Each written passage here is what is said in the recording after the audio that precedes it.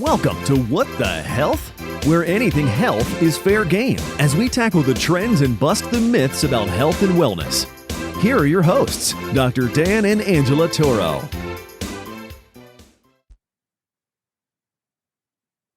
And welcome to another episode of What the Health? I am your host, Dr. Dan Turo. I don't have my co-host Angela with me today because we have another special guest that we're going to get to in just 1 second. But before we do that, as with everything, our disclaimer, this information is for your information only. We don't treat, diagnose, do anything with any sort of diseases. Please talk to your trusted healthcare professional before making any healthcare changes in your life. And if you are looking for a good health care professional in your area, never hesitate to reach out. So with that being said, this is a wonderful friend, probably one of my wife's best friends since chiropractic school. We go way back. Dr. Melissa Matthews out of Guntersville, Alabama. And she is going to be sharing her experience through the birth process, a little bit of her own story, and talking about helping patients through the perinatal care paradigm, meaning what you do before, during, and after the birth process, and how that really sets you up for success or possibly failure, depending on what you're implementing. So we are going to jump right into it. Dr. Melissa, thanks so much for joining me today. Oh, I'm so excited to be here. I love talking about this stuff and just kind of dive right in like this. The stuff that we talked about or will talk about literally saved my life. So if I can help someone else not go down the road that I went, I'm all for it. That's what I'm here to share. So let's go. So let's talk a little bit about that. So obviously your background is a chiropractor. You also see a lot of horses. We were talking about that a little bit right before we got on here. And I just love, there's a lot of, videos that go around the internet now, right?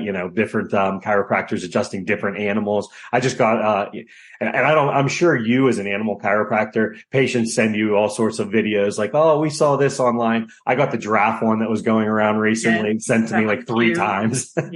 So, but talk to me about what sparked your passion to get into chiropractic care.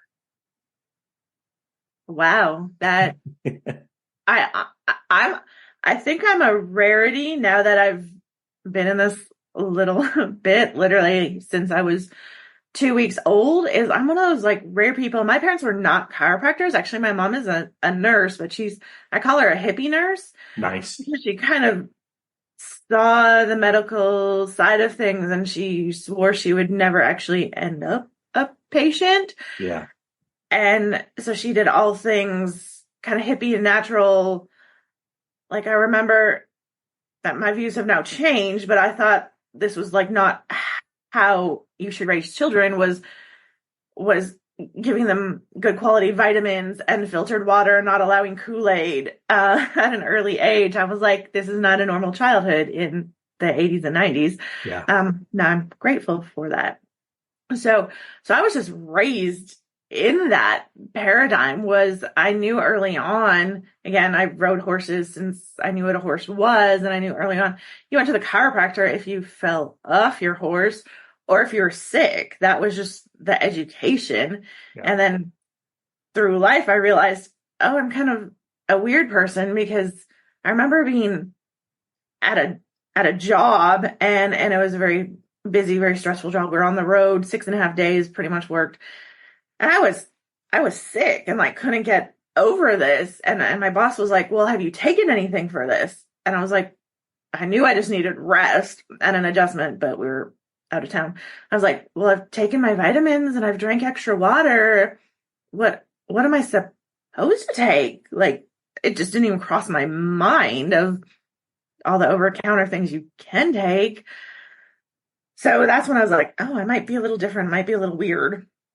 And then moving forward, chiropractic care has just always been in my life. And then the chiropractor I went to when I was in high school was literally across the high school from me. So I would see him get dropped off in the morning, go get adjusted, and go to school. And then eventually I worked as a CA in that office. And when I graduated high school, I knew I was going to be a chiropractor, but then life kind of happened, and then university was weird and all the sciences. I was like, let's not do this. But then working in that office, I remember this is like what changed my life. Literally poop.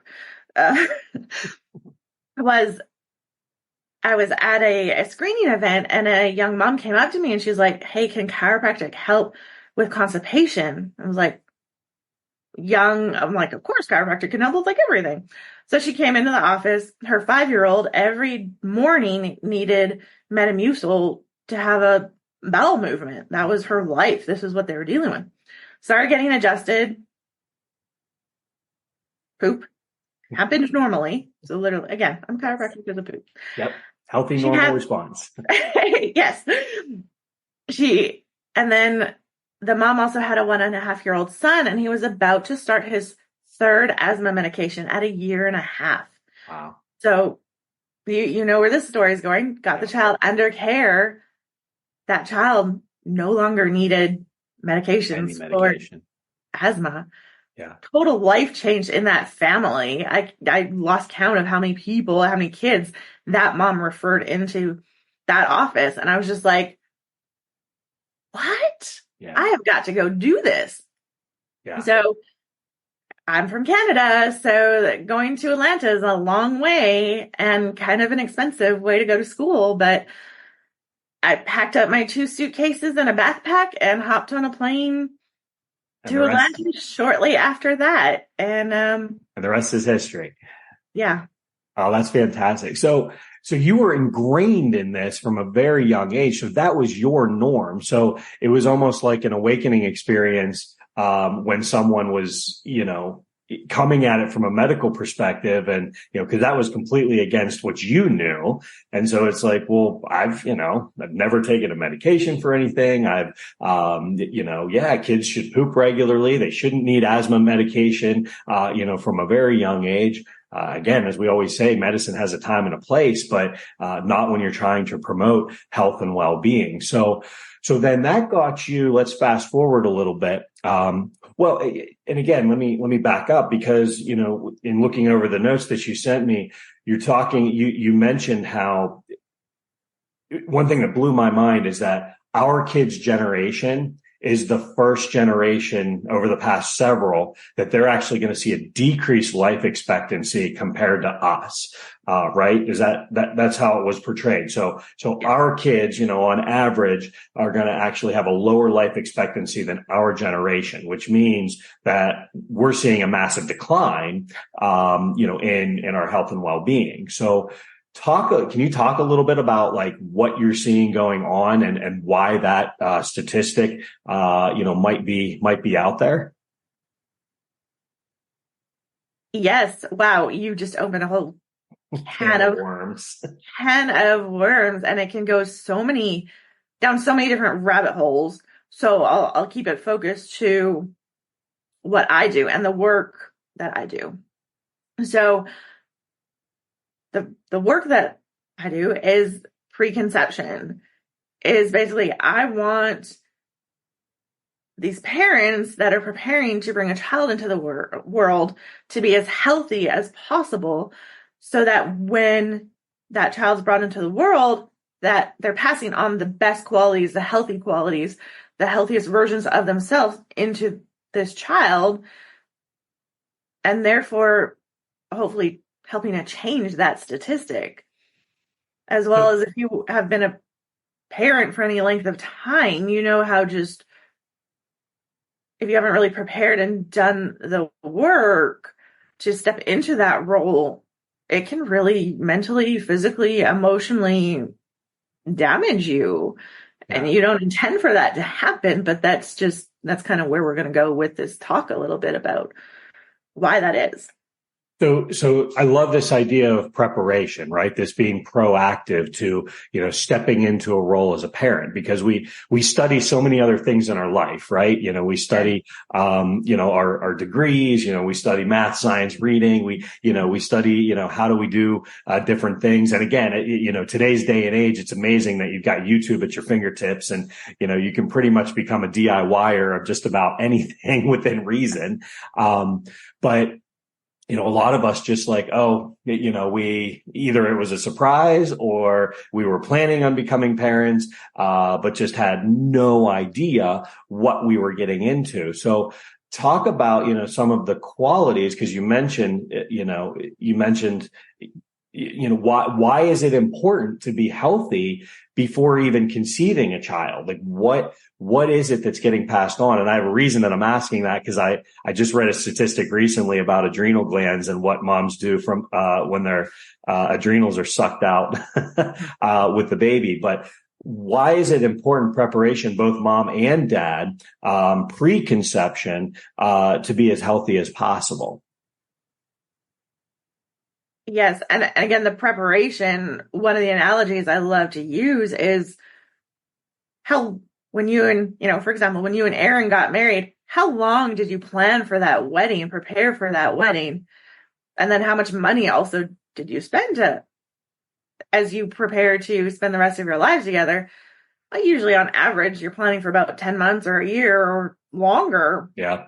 But then, like you said, like becoming parents, sometimes it's just hey, and that's exactly what happened with the first child. Happy surprise, or you were planning and then said, okay, now we're going to do it. Yeah, that was, second one was kind of a happy surprise, and first one was like, well, let's have a child, and that's what brought me to this work.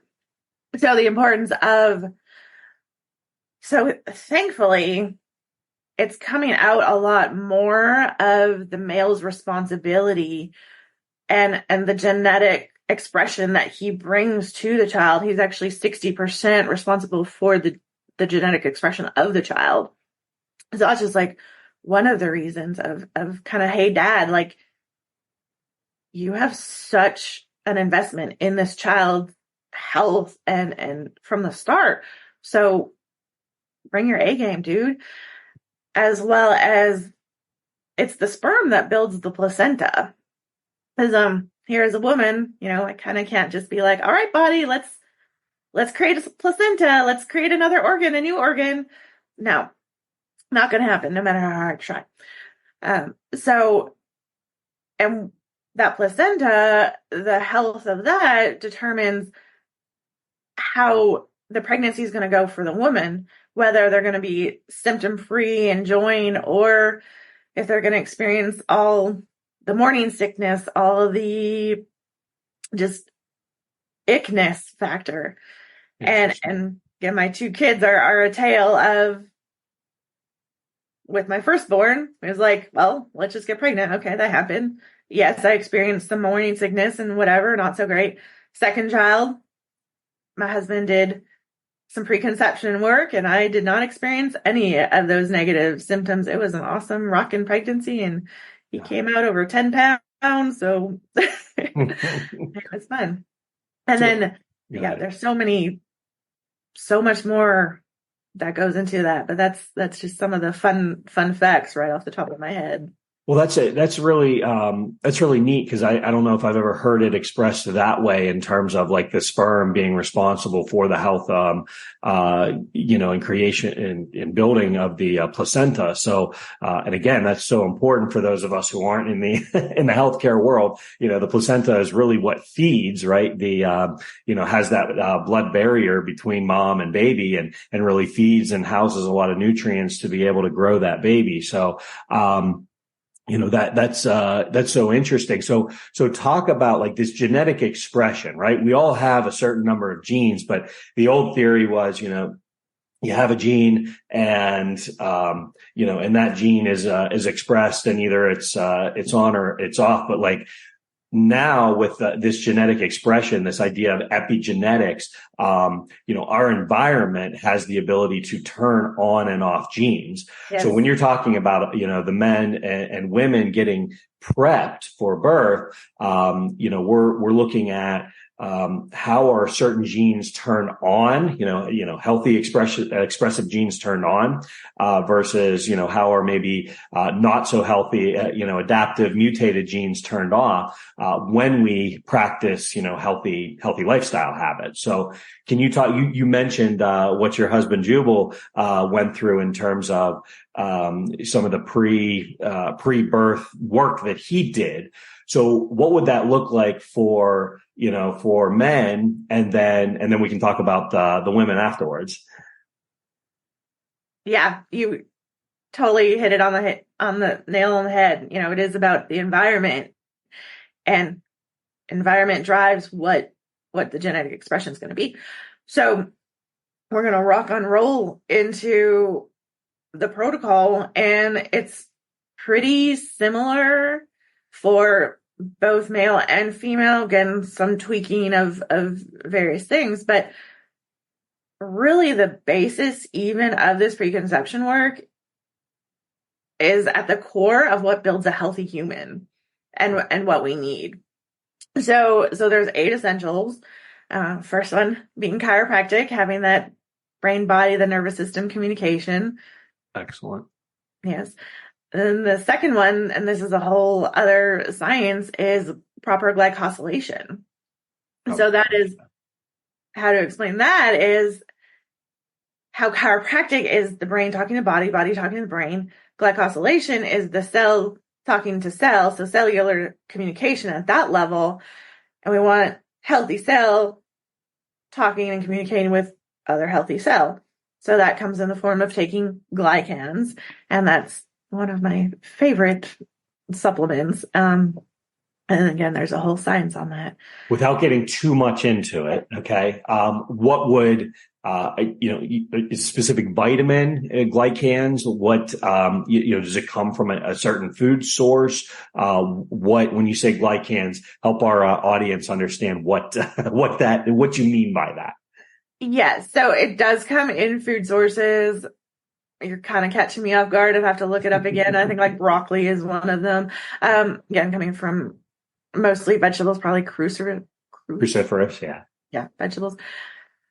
But of course, the easiest way is to take a supplement. And that was something that really changed for me, changed in my mind was, again, I've grown up in this chiropractic paradigm. I was always healthy. I didn't have any symptoms. So I didn't necessarily think to take supplements, because in my mind, how it had always sort of been was, well, if you have X symptom, then take Y supplement. And I was like, but again, we're just chasing symptoms and just like kind of putting a Band-Aid of, oh, well, you have this, so take this. Yeah, you're going from taking medication for a symptom and just substituting it for supplementation, right? Yeah. It's like, I have X symptom, I'm going to take X supplement. And I never really had symptoms. So I was like, well, I guess I just don't have to take anything. Then I learned, basically it comes down to like how crappy our food supply is, that even if you eat the best, cleanest diet, you still need to supplement it with essential nutrients. Yeah. And that's one of the key things. That's, again, one of the other 8 essentials of this protocol. And that's what I'm able to sit down with and be like, okay, yes, you need to take, omegas and iodine and selenium and multivitamin, even a multivitamin. I'm like, okay, at bare minimum, I'm like, everyone should at least be on a quality multivitamin, because again, our food supply. And again, that's a whole other rabbit hole and a whole other conversation. Yeah. Yeah. Well, and that's such a good point, because we always talk about that, and my sister, who works as part of our team, as a, salutogenic specialist. So, lifestyle specialist, we always talk about, we want to get our nutrients as much as we can through our healthy food supply. But as you just mentioned, it is so difficult to actually get, the good, healthy sources. Our food is not what it was, 100 years ago. And, again, so much of it is chemically processed. A lot of that is to, help extend shelf life. And we always talk talk about if you extend the shelf life of a product on the shelf, it's going to be extended in your body, right? Like those chemicals end up in your system, and they end up in your endocrine organs. So you have hormonal imbalances. They can be stored in your fat cells. We've all heard of it, situations of someone, starting to diet and starting to lose weight, and then that person ends up having like a massive heart attack or a stroke, right? And, I think so much of that can be related to, toxins that are stored in liver and fat cells, that then get released out into the system. And we have this detrimental effect. So again, going back to such a good point of, doing a lot of this work long before you ever are thinking about, about having children. But part of that challenge, though, is, right, I mean, we're really capable of having children as early as, 16 years old. But, what average 16-year-old is thinking about, about taking care of themselves. It's hard enough to tell a 16-year-old, hey, don't drink that soda and drink some water, right? But to then relate it to, hey, this has an impact not just on you now, but, your future family, if that's what, you choose to do. So sorry, I'm going off on a tangent. So let's bring it. Even coming to the 16-year-old, this is for the work that I do and for what I've learned, like I love talking to the teens or the early 20s, especially if they've never had a regular cycle or a continuous bleed, or their hormones are just like out of whack. Literally had friends send in one of their friends. They're like, I don't know what's going on with her, but please fix her because she's not the same loving friend that we know. She's like and we got her on protocol, hormones regulated. She did great. Friends are like, oh my gosh, thank you. She's back. She's back to the way. Yeah. Yeah. So, and educating that on an early, so that, I mean, really, if you have hormonal issues at, well, really any age, but especially young, like kind of the only Band-Aid they have for you is, well, here, take the pill, which has other detrimental effects. Yeah. So you might be on a pill for 10, 15 years and then the negative depletion that happens with that. And then it's like, oh, well, I'm married. I want to start a family, but your body has never had a regular normal cycle. It doesn't know what the normal hormonal flow is. And no wonder more and more families are having issues with fertility. Yeah, so we're seeing significant increase in infertility rates, right? Yeah. So it's getting harder and harder for moms and dads who want to have children to actually get pregnant, and I'm sure that's one of a massive number of factors that you talk about, right? But this idea that, hey, you're having an abnormal cycle, or you're cramping really bad, here, just go on this this hormone, this birth control pill. And wow, so your body never learns to have a normal, menstrual cycle, and how important that is in the female anatomy to be able to, go through that normal healthy cycle. Just like, just like we mentioned, my wife always gets a little, not miffed, but I talk about birth being as natural as pooping, right? Doesn't happen as often, but, and there's a lot more factors that go into it. But if we think about it, it's it should be in a normal, healthy state. Birthing is as normal as going to the bathroom, right? Your body was designed to do it. And so, we are artificially, societally blocking that from an extremely young age.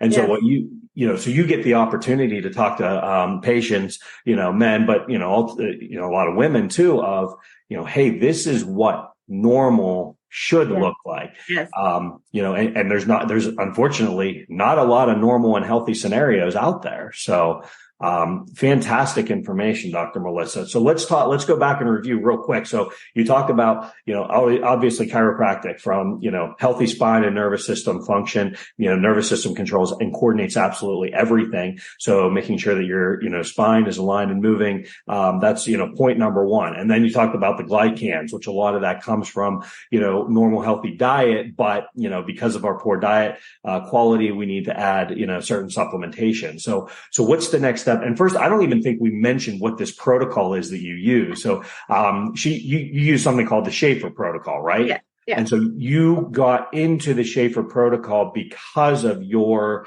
difficult, did you have a difficult first or second, but fill me in on that. How did you come to, through your personal story, how did you come to the Shafer Protocol and start studying and implementing that in your practice? Yeah. So conceiving both boys. So I have two boys, a 5-year-old and a 2-year-old. And it was my 5-year-old that brought me to this work. Conception, no problem. He's a Disney World souvenir, fun times. So, and experienced some morning sickness, like pregnancy was okay. It was more of like the typical, anyways. But moving forward, I'm sitting in continuing ed. He's about a year old, and postpartum journey was rough for me. But again, when you're kind of in it, you just kind of go through it and you think it's normal. And there I am sitting in class going a year through this of now I know, looking back, postpartum depression. But this professor, this doctor, Dr. Shafer, brought up a word that I'd never heard before, was postpartum depletion. And what she explained suddenly made sense for all of my symptoms. And again, I'm not a symptom chasing person, but I was miserable. Like, there was a moment, trigger warning. My husband was leaving for work and I'm holding our baby and I'm just like, honey, I know where the gun is. I'm just letting you know, like, things are bad. Yeah. So this is why I take this work so serious. Is I had those intrusive thoughts. Like, I did not want to be a mother to my son. And that just, the joy was robbed.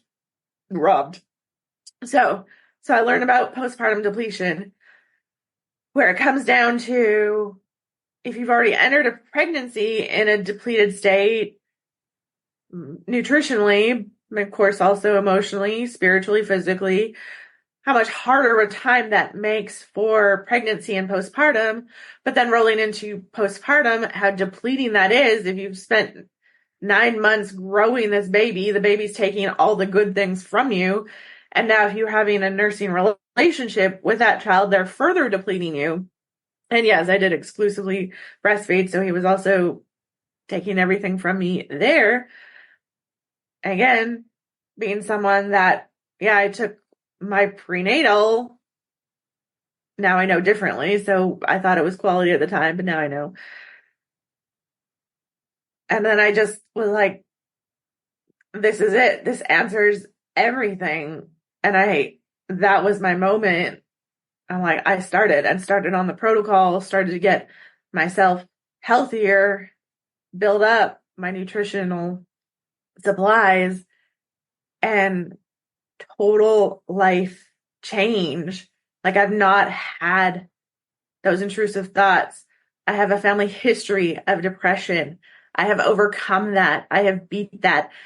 Depression in my family line stops with me. My children will not go down that path because of the work my husband and I have done. That too is one of the powers of this protocol, is breaking those family curses. Wow. Thank you for sharing, because you're absolutely right. People need to know about that. And it makes perfect sense, right? Because all of our cells, we learn about, in chiropractic school, and we learn as health professionals that, our bodies, restore themselves, right? We're self-healing, self-regulating. And that means, our cells go through a natural, normal process of apoptosis, meaning the old damaged ones start to die off and then new ones need to be replaced. But if you don't have a good, healthy building block, right? If all you have is like sand bricks to build your foundation of your house, well, the first rain that comes along, it's going to wash your house away, right? So, but if you've got good, strong, strongest concrete, and you can lay that foundation right with rebar and all that, well, now you're going to have a good foundation to build upon.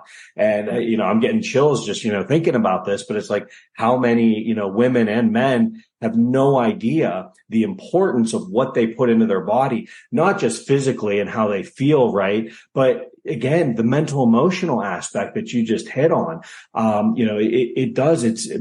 it's just kind of mind blowing, how much that mental emotional state is grounded in the physicalness of what we put into our system, right? So thank you for sharing that. So you made that change and noticed how long did it take from the time you started the protocol until you noticed some pretty significant changes in your mental emotional health? It didn't take long. And you know this and can appreciate, like, there is no end to health. And so you just continue to head in that direction. And I look back, so I've been doing this about 4 years now. And like every year I'm just leveling up in health and going to that next level, mental clarity, whatever life brings to me, of going through it, changed and for the better. Sorry, that's rambling, but I know you can sum that up and explain that better. No. That health projection. Yeah. And that's what, because I've got we have a small book that I wrote for the office a few years ago, but, it's really just an educational piece of, just helping people understand the basics of what it is we do. And I started, signing it, I'm so happy to be a part of your health journey, right? Because so many times we think of health as a destination, and it's like, oh, I'm going to get there. And then what? You're just going to stop doing what you're doing? Like, no, right. It's like, everyone, we're taught from a young age, as soon as your teeth come in, let's brush those teeth because it's a healthy practice. Right. That's what this whole concept of like, oh, I'm going to get fixed by my chiropractor and I'm going to start going. Well, it's like, well, how long do you want, good, healthy nervous system, right. Communication? It's like, do you want that for the rest of your life? Well, then you're going to come in and get checked. Doesn't mean we're going to adjust you the same way every time or even adjust you every time, but you're going to get checked. How often are you going to eat your healthy fruits and vegetables or, take your supplements, right? As long as you want to continue on that health journey, because either you're growing, you're getting stronger, you're adapting, or you're slowly withering and, depleting. I love that word. You're slowly depleting, your system. And again, our body has an amazing ability to adapt and be healthy. But eventually we reach a point where, that adaptation is going to be greatly interfered with, based on the level of, of the foundation that we have. So what else? So what are some of the other, steps? You mentioned 8, first one being the chiropractic care, second one being the glycans. So what else? What are some of the other steps in this Shafer protocol that you use? Love it, because you really can start anywhere, because we've talked about so many of them are lifestyle habits. So hydration, proper hydration. And my one tip with that is I love gel water. Are you familiar with that term? I'm sure you. Fill me in on it. I might have heard it a couple different ways, but no, please fill me in. Well, it's best how to describe it is thinking like how a cactus in the desert is able to survive on so little water. It's able to take whatever water it can get and turn it into essentially gel water so it can hold on to it. So anyway, whole side thing to that. But the simplest thing is you take your water bottle, throw in a little pinch of Himalayan salt, and I like frozen fruits or vegetables because they're in my freezer. They're picked at right peakness. They're great. You can also throw in fresh, but I like frozen. Throw it in your water. There you go. Congrats, you made gel water. Nice. What that's going to do is it's going to properly hydrate your cells, as well as like if you've ever had someone be like, hey, increase your water intake, and all you're doing is peeing every 5 minutes. This will help that. It'll actually keep the water in the cells where it needs to be. Yeah, the salt concentration, right, helps drive the water into the cell rather than just going through your, stay in your bloodstream and then filtered out by the kidneys and then it's out the bladder before you even have a chance to hang on to it. No, great point. So I don't think I've ever heard it termed gel water, but yeah, we talk all the time about the importance of, salts and I love this time of year too, as we get a little hotter. Yes. You guys have probably been a little hotter than we have. You're a month or two ahead, right? Down in Alabama. But yeah, this time of year, throw in the cucumbers, the watermelon, the blueberries, all those, good, healthy fruits into the water, it makes it flavorful. And again, great point of just being able to drive that hydration into the cell, not in the bloodstream. Because if it's in the blood, it doesn't help you. It needs to be in the cell. And it's also fun. Again, kids teach you so much, right?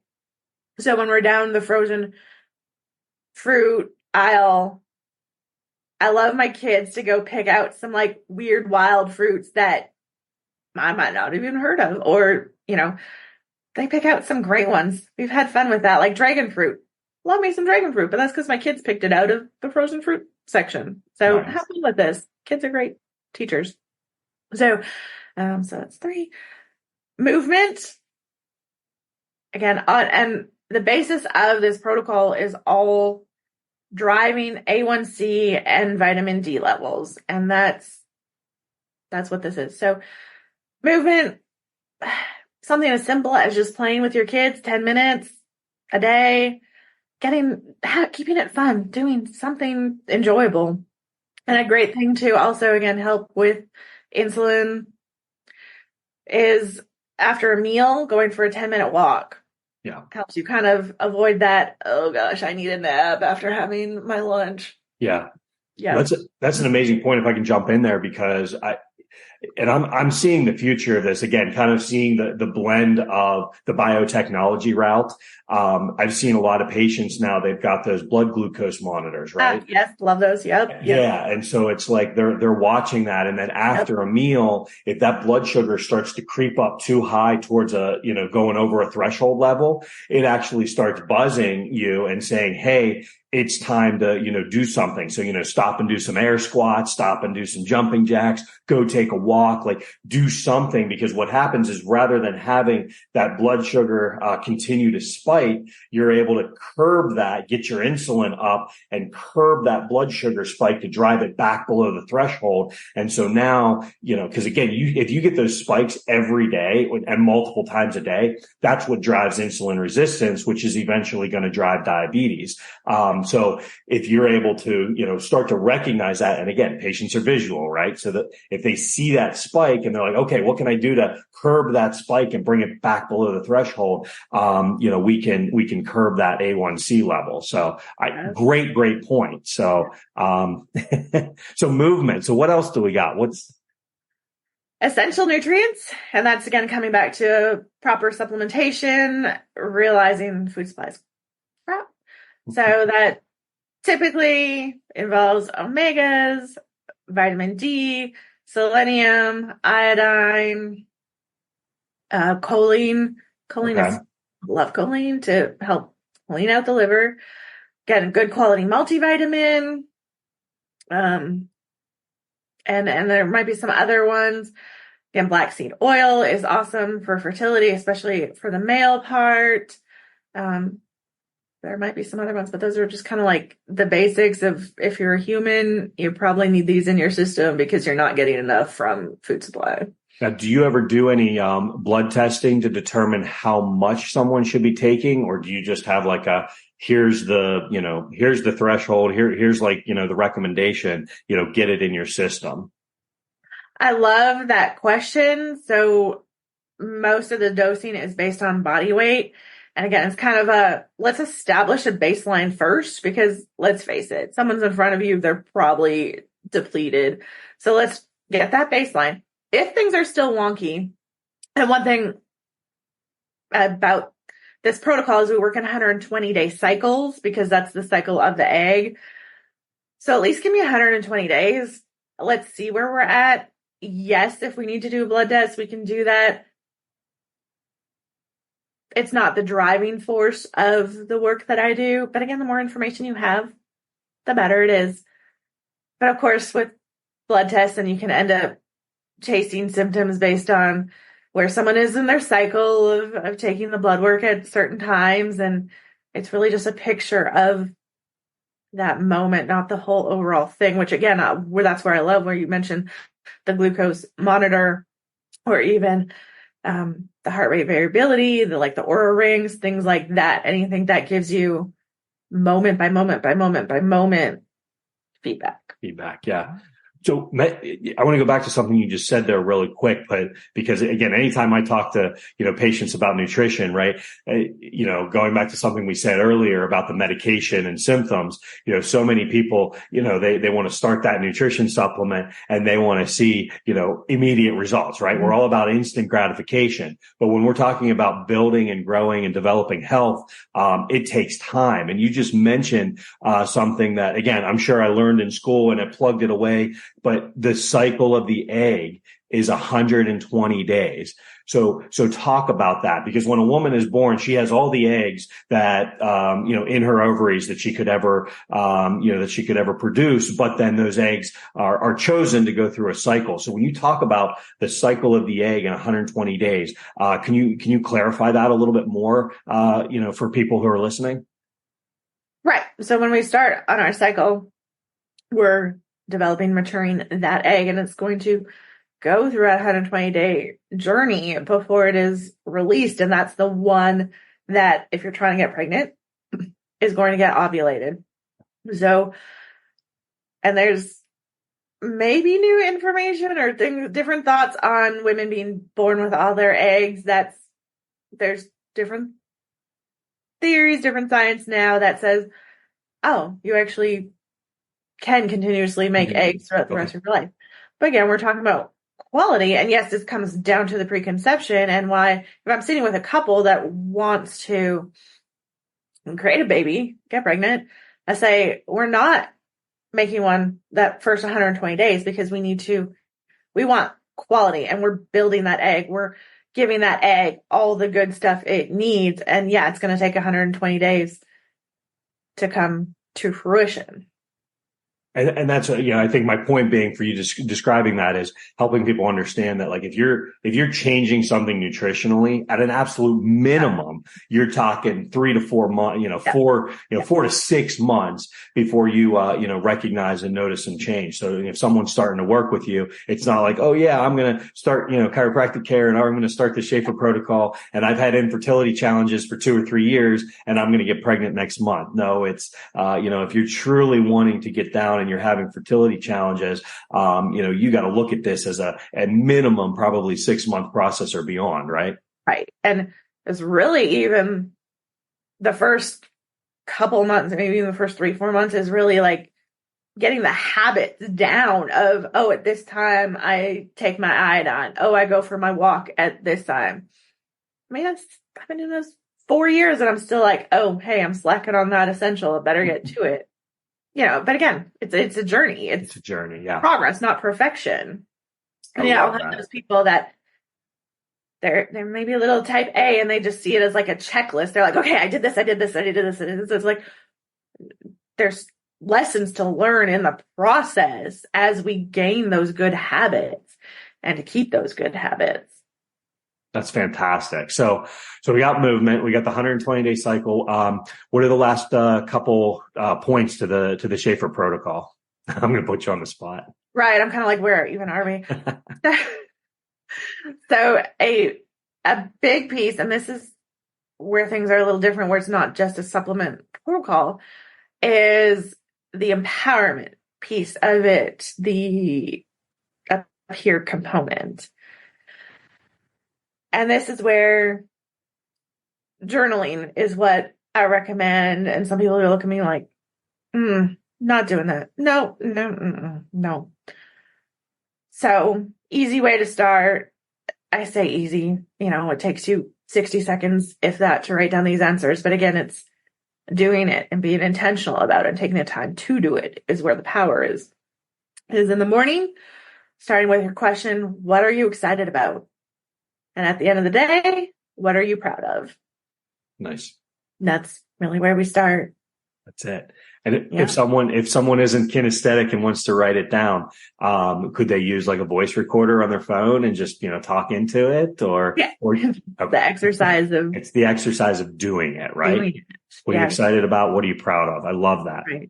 I love that. I think this stat is for every positive thought we have in our head, we've had 76 negative thoughts. So to counteract that, like the stories we tell ourselves, right? I know, right? And and typically it's right. You just like, we feel like we're in control rather than like surrendering it and like, hey, let's, what, we talk about giving it up to a higher power, right? It's like, you're not as bad as you think you are up here.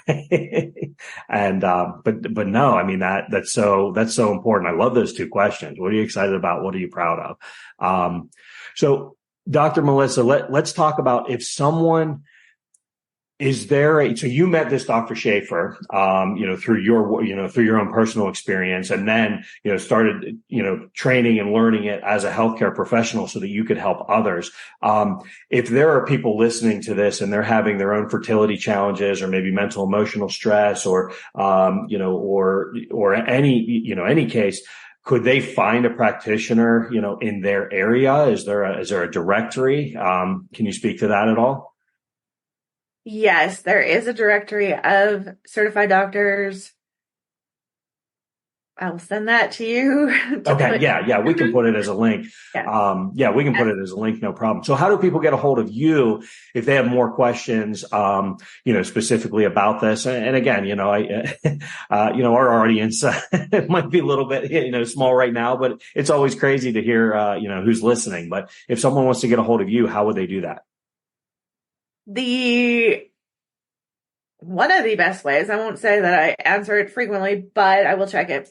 I'm trying to get more on Instagram. So it's Dr. Melissa Matthews, DC is my handle. That one is more related to the Shafer Protocol work that I do. Again, I'm a busy mom. I can't promise you that like it's there, but I care. It might take me a week to actually see the message, but I will respond. Or you can get in contact through the office, phone, email, whatever, Jubilee Family Chiropractic. That's in Guntersville, Alabama. Yeah, those are probably the best ways. Awesome. Yeah, we'll make sure those are included in the links down below. Any final words before we jump off? I mean, this is just to review. I mean, I love this concept of, we're having a good, strong, chiropractic foundation with healthy spine and nervous system. We're moving our bodies better. We're getting essential nutrients. We're working that mental, emotional side through journaling, good, healthy hydration through gel water. Any final thoughts for those? And again, thank you for sharing your personal experience, Dr. Melissa, because I think people need to know that, as health professionals, we're human too.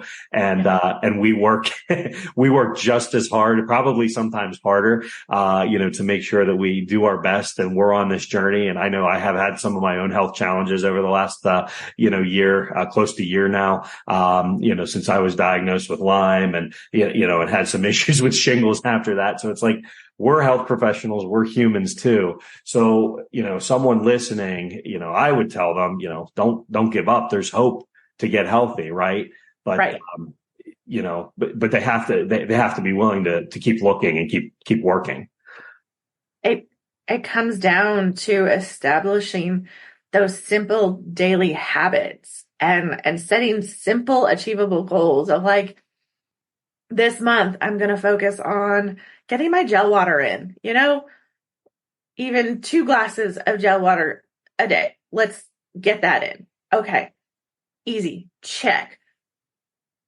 You're going to feel more energized. You're going to feel the results, the success, kind of like right away as you get that into your body and you're like, cheers, got that. All right. What's my next step? Okay. I'm going to invest in this supplement. All right. Awesome. Check.